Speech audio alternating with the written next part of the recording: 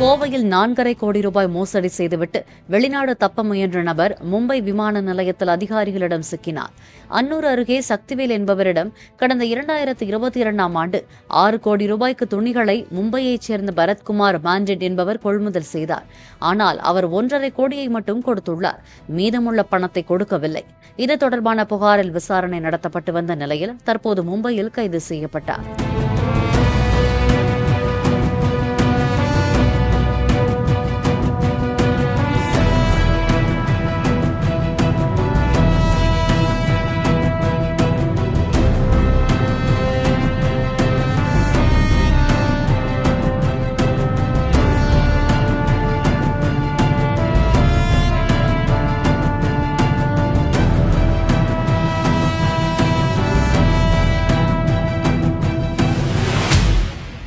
Play store மற்றும் app ஸ்டோரில் இருந்து பாலிமர் செயலியை QR கோடு மூலம் பதிவிறக்கம் செய்யுங்கள்.